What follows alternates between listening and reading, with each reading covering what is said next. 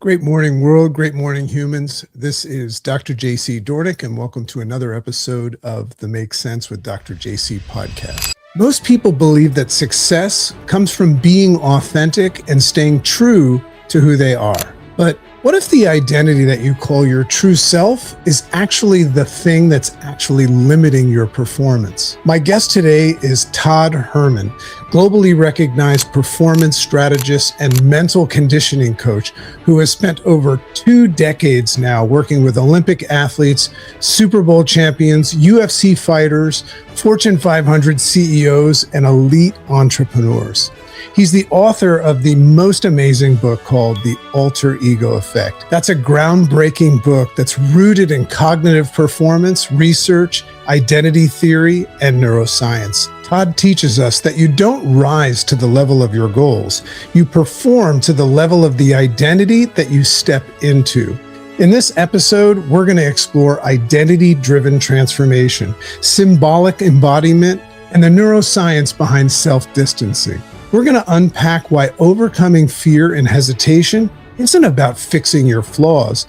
It's more about activating a consciously designed alter ego that allows you to access courage, clarity, and conviction on demand.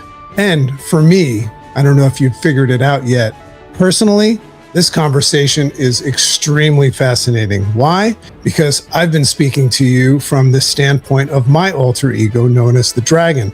And I speak very openly about that. And I'm very, very excited to deep dive into the dragon's lair with Todd today. So today, we're diving deep into the science behind alter egos, peak performance psychology, and how identity shifts might be the ultimate competitive edge in the AI-driven 2026 economy. Todd, welcome to the show. Makes sense. All right. Well, welcome to the Make Sense with Dr. JC podcast, Mr. Todd Herman. And thank you for being here. Mister, I never get a Mister much anymore, especially not for my kids. Yeah. And even better is when people call me Mr. Dragon. That comes out. Or Dr. Dragon. Sometimes. Yeah. Dr. D. There you go. So one of my favorite questions to ask that, in a twisted way, I know is a question nobody's asked you. So it's one of those. But what's it like to be Todd Herman these days? Oh, I would say that I'm very fortunate in the opportunities that come my way. I'm blessed with a lot of great people that I'm able to work with right now. And and I'm very happy that I would also say that I've worked so freaking hard on trying to master my own mindset and attitude, because we're going into another major shift in society and culture. And I think that I'm going to be equipped to flow through it. So, yeah. Anyways, grateful, I would say. Yeah, it's what it sounds like. And that would be on the list of things that I like about Todd Herman. No, that's awesome.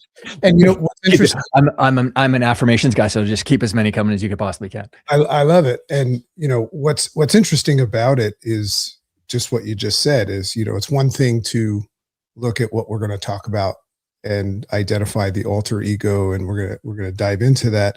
But it's probably more important than ever. I would assume that a lot of people are reading your book right now and just really, really feeling that it was timely, so emotional intelligence and emotional mismanagement is at an all-time high. So if we can find out a version of ourselves that can handle adversity better, it's great. It's funny that you bring up that. So what you'll see in the next 5 years, that the number one trending topic or training that people will consume or corporations will be buying is going to be emotional regulation skills. That will be just because from the nature of my world of running training and coaching companies for a long time, for almost 30 years now.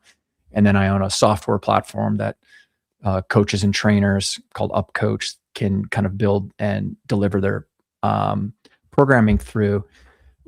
I get access to a lot of different data points, and it is a huge, fast-growing part of the a kind of expertise market, and it's the demand that's there because of the nature of the times that we're in.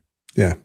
I always say, I typically lead off when I do a lecture. I say, isn't it mysterious how God and the universe have inconveniently placed everything that we desire most on the other side of a big pile of shit? And then everybody kind of giggles like that and laughs. And I say, so it's my observation that what we really need to do, and this is what my book is about, is become shit navigators. Right? We have to learn how to navigate that. So, Todd, for somebody that, I knew of you, but it's different when you meet somebody and then there's the book. And there's kind of a funny story because, Todd had a whole bunch of books there at the Limitless Live event and they all sold out. But I grabbed one because I was the MC just so I could use it to interview.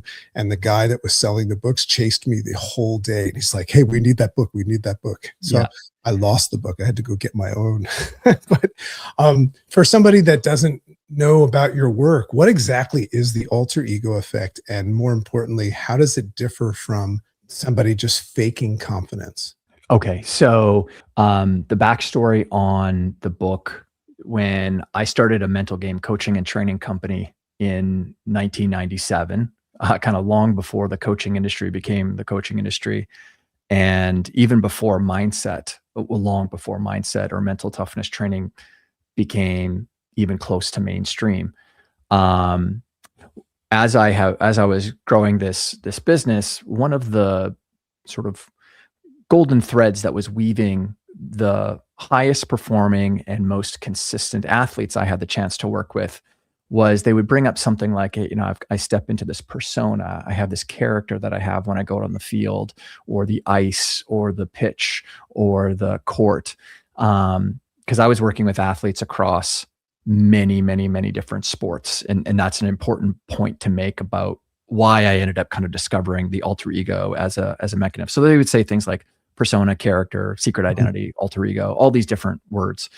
And at first I didn't really notice it. It was more of just a curiosity of like, oh, that's really cool. I did the same thing because I played college football and other sports at a pretty good level, like nowhere near what my clients were, but at a good level.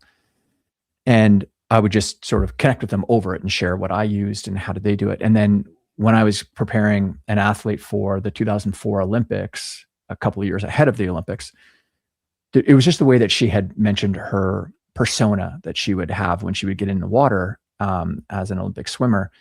And all of a sudden, all of the different dominoes dropped in my head and connected these other conversations together. And I said, wait a second, this is an actual, this is a thing. Like, it's not just a cool, neat device. No, this seems like a human construct that we would use. Yeah. So then I went back and I interviewed past clients, existing clients. I'm like, hey, how do you do it? Why did you do it? Why did you build it? Kind of try to get their motivation, what they used, how much of it was a big part of their mental kind of game or inner game. And there was varying degrees to everybody. And from that, I started to build out a methodology. And very quickly after that, I got introduced from one of my mentors, Harvey Dorfman, who's known as the Yoda of baseball, to Kobe. And it was because Harvey had said, hey, I think you need to work with this other peer of mine because of the nature of your problem. Because he has this thing called, back then I called it identity-based performance.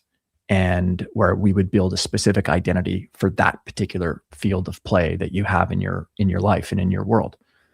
And it was such a powerful concept because, like, as you know, there's so many great ideas in the world of personal development or self-help or personal leadership. But a lot of times they don't have a container for you to hold them inside of in order to improve yourself, because you go, hey, I just need to get better at, and we just think of ourselves as this whole being. I just need to get better. Well, from what I've learned and experienced, that's a pretty ineffective way of trying to help someone transform. It's a lot more helpful to constrain it down into a specific role in your life and go, let's take this thing that's really important to you and let's just work at that. Let's not work at the whole version of Todd. let's just work on this, because then what happens is if we get momentum and confidence in another area of our life, it can spill out over into other areas and domains. So the alter ego effect is that there is a power in using a secret identity to help transform your life. And in reality, because of the model that I built, and is, everything's inside the book, is that it ends up bringing out of you the most real version of you that you most want, because you're the one who's driving it. If you start building an alter ego to try to impress other people, or for any sort of outside social status type thing, it will end up ruling you, because nothing in the world is only good. Like, I'm not here to say alter egos are always only good. Well, just like anything in life, there's habits that can be really bad. There's, attitudes that can be bad. There's attitudes that can be good. Alter egos can be both good and bad. I just give you the model and the method on how to do it so that it drives you towards where you want to go, and the experience of life, or whatever domain it exists inside of, is what you want. Super cool. I watch a lot of anime with my kids, and there's all these talk about shapeshifters and everything. And as they get better at their superpower, the kids are always like, "Oh, he's shapeshifting with ease now." He doesn't have any. So it seems like that might be the goal. One of my favorite quotes, and it's one of the tenets of the Make Sense ecosystem, is that it's who you are that determines how well what you do works. And very often people are out there doing a lot of things and not getting the results that they would like. And I kind of say, well, maybe you're not the right person for the job yet. Mm-hmm. We get into this conversation of this different version of them. So I've heard I just love the way that this rolls. I've heard you say that we don't rise to our goals, but we perform to the level of our identity. Yeah. What I love about that is it's something that's already inside of us, right? And sometimes people have to identify it. But I read your book. Yeah. I pay attention. Can you explain the identity theory and cognitive performance research behind it? That's what I'm interested in. Yeah. So, there are so many different levers that we can pull in trying to improve and develop ourselves. And a very popular one and easy for people to understand is habits. And the challenge for some people is they might be building a habit on top of an identity or a way that they see themselves, that they just fundamentally have this very negative attitude or belief about their own capability to go out and continue on with the habit, or could be even a belief. So the way to kind of think about it is like a concentric circle that keeps on spinning out. And at the very center of it is we have an identity. And then attitudes and beliefs start to form on the outside of an identity that we have. And then outside of the attitudes, beliefs, and even values is the level of behavior that we have. So that could be the habits, and again, behaviors or routines that we end up doing as that identity. And then outside of that, we always have human beings, we act in context. This is what I would encourage people to remember from this conversation is we as human beings, we act into the context of our environment. So just like the dragon is really specifically built for a specific area of your life, there's another side of you that is built for, being around your family, or when you might go out and compete in a sport. These are all parts of us that get amplified in a different way. So human beings are very contextual. So if you look at identity, attitudes, beliefs, and then behaviors and actions, and they sit in the context of our environment. So explaining that to people is we actually have multiple identities. There's not just one central identity that a human being has. Because we have many roles that we play. And in the world of psychology, one of the founding foundations of most psychological treatments in the last 70, 80 years is this idea of single self theory, which is that The people with the lowest rates of anxiety and stress disorders saw themselves as having one single self, one identity that they carried with them in every context of their life. Now, for me, that made no sense because I'm really actually working with people on the 6 inches between their ears. And my athletes would come off the field and they, of course, be different. And, like they might be in the context of their sport, like a killer out on the ice or the football field. But then when they come off, they're very quiet and reserved and, different things. So the idea of a single self never resonated with me. And then in about 2008, the world of psychology flipped itself on its head. And one of the fastest growing fields of psychological study was this idea of multiple self theory, which was now getting into more the domain of where I operated already, which is that the people with the lowest rates of stress and anxiety disorder actually had multiple selves, and they were aware of them, and they knew where to bring them in their lives. And then, so it's one thing to have awareness about them. Now the secondary thing is to be intentional with the character traits or attributes that you most want to be bringing out into those different selves that you have. Like I have a very different and intentional self that I want to bring to my kids as a dad to them. And the model of inspiration that I use to kind of carry myself towards an aspirational idea is Mr. Rogers and my own father. And the great thing about them is they actually sat, when I was building out this kind of alter ego for myself, they sat at the very opposite end of a spectrum of how I perceived myself as a coach. Because I'm working with really big personalities around the globe who have some very large, not even egos, but super egos. And they need it in order for them to face the demands of their sports. So I was a challenger and still am a challenger coach to people because I need to break through the hard exterior of that ego and get into the soft, gushy core so that I can help to shift and shape those clients. But I didn't want to be a challenger dad to my kids. So now, Mr. Rogers, you would never think of as being a challenger to people. So now I've got these really two strong identities that I am able to switch between, but like automatically, because they're just a part of who I am.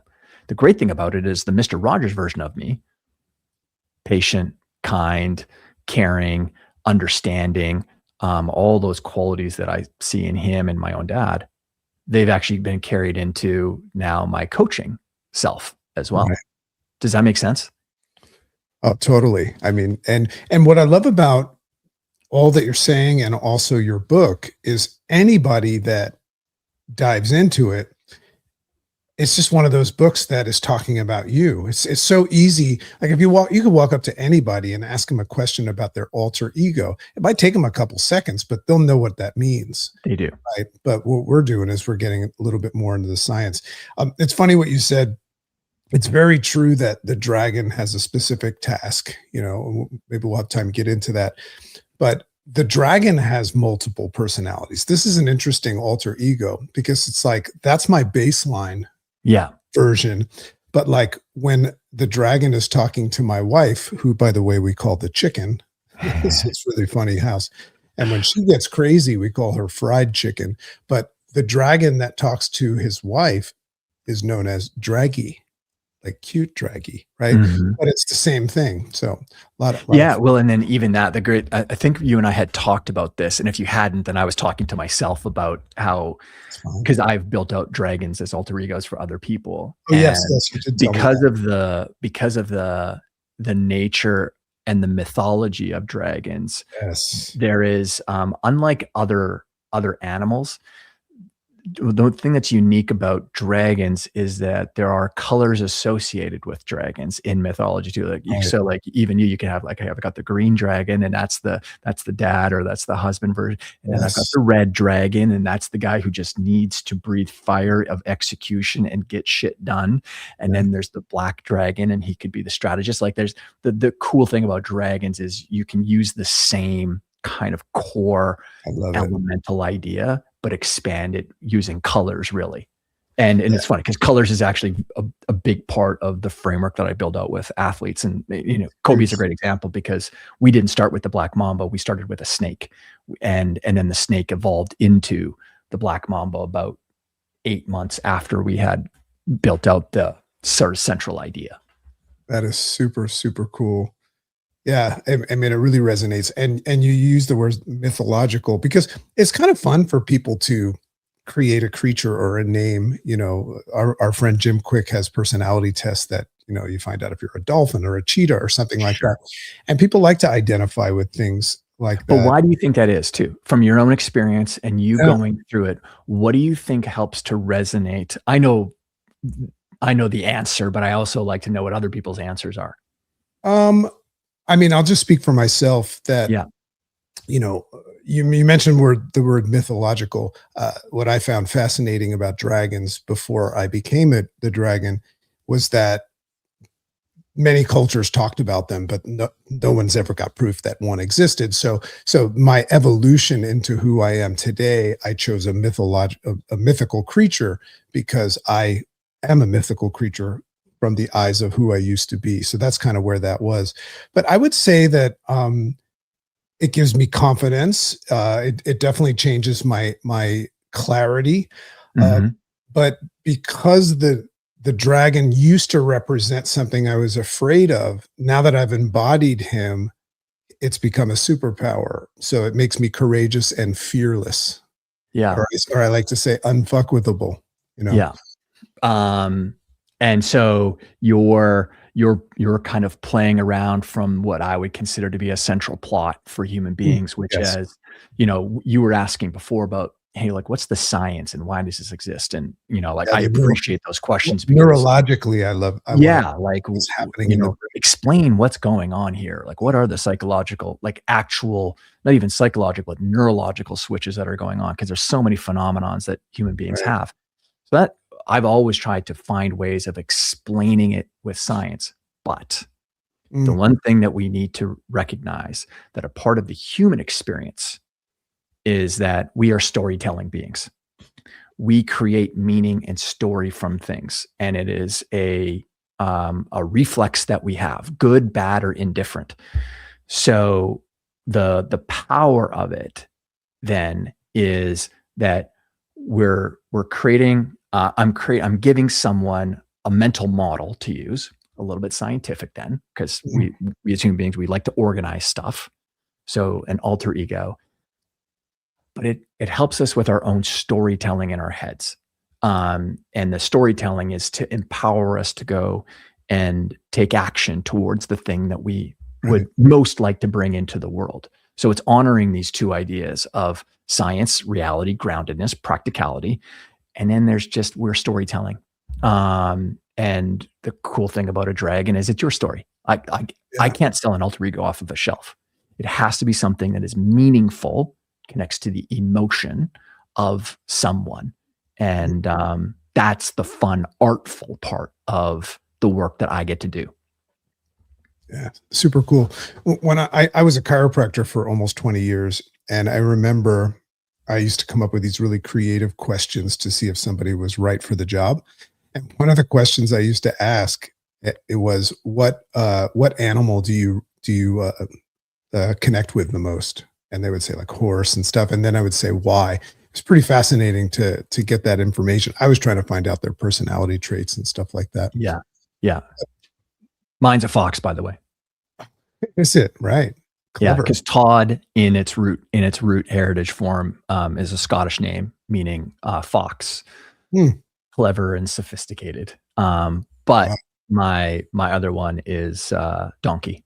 I love love donkey. Donkeys are one of the few animals on the planet that do not have a natural predator, and they're one of the few animals that you can give it a job on any continent and it will do the job. If you want something carried over a mountaintop in Afghanistan, give it to the donkey, the mule, right? If you need something carried across a desert or the plains of, North America, give it to the donkey, the mule. Yeah. So it's like that. It's this practical side of, my own psychology, I guess.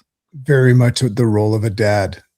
I definitely play the role of a donkey in this house Totally. sometimes.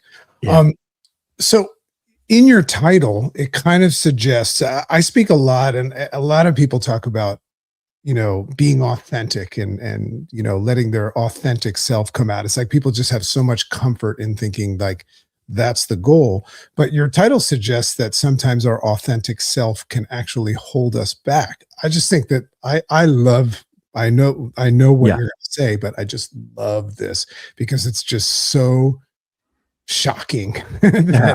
that one of the primary goals that would be like saying like, yeah, living in the present moment could be what's holding you back, Mhm. so tell me a little bit about like why is that your authentic self could be the thing that's holding you back.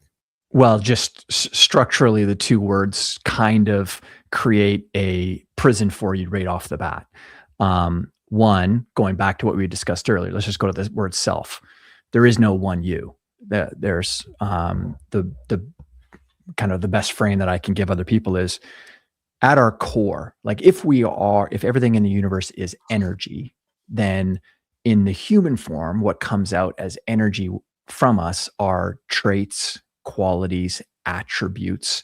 That's really what we're able to bring forth through an identity in a given area. So going back to like Mr. Rogers, the traits and the qualities that I most want to bring out as a dad to my kid, like I said, is, patience, curiosity, fun, humor, kindness. Like these are the qualities that I want to make sure that I'm bringing to my kids to help amplify them in whatever way they're going to end up growing.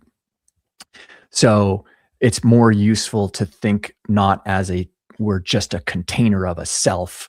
There's qualities that we are trying to bring out. So that's one thing that is a struggle with that phrase. And then authentic. Well, in the root word of the word authentic, it actually means in reference to an object. Okay. Mm. So, right off the bat, whoever came up with the term authentic self right away created a prison for the people to be kind of viewing the world through. Because authentic is actually supposed to be the root word is Greek, meaning authentique. And does it have a certificate? Can we prove that object Right. is true in its form? It's like a Um, non-fungible token of some yeah. sort. And so, but we're not objects, we're subjective. And Right. we're subjective beings because of the fact that we shift and morph and change slightly because of environments.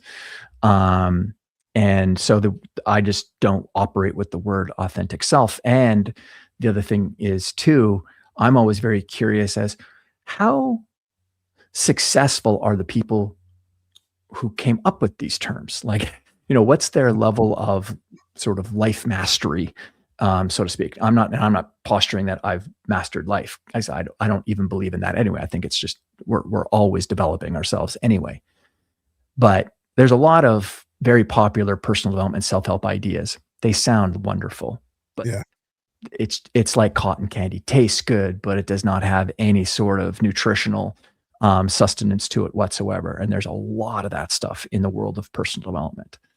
So authentic self by just its root is not a great frame to be operating through. That doesn't mean that I don't want people to be real, or to feel grounded in who they are and what they're trying to bring to a situation.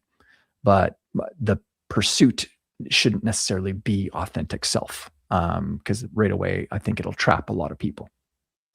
I just love this because one of my favorite observations, more now than ever, and I've taken part in it myself, but I'm more of an observer these days, is just the whole realm of cognitive bias. I mean, when somebody says, "Hey, that's just who I am," you know, Sure. take it or leave it.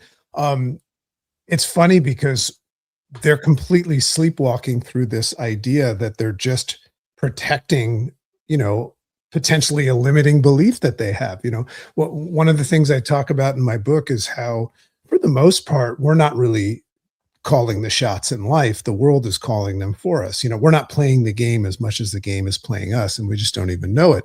So when Mhm. somebody, stands for their religious beliefs or their core values or something like that, they're unaware that somebody else taught them that, but they're calling it authentic, to protect what I Yeah. would say is Yeah. probably limiting belief. Am I right? I'm also of the mind that people love to use the metaphor of, oh, garbage in, garbage out. I didn't go into it going, I'm going to build a mental game coaching and training business. That wasn't, it was just a mom asked me after a football game because I was now coaching at a high school, and I didn't go into it going, I'm going to build a mental game coaching and training business. That wasn't, it was just a mom asked me after a football game because I was now coaching at a high school, and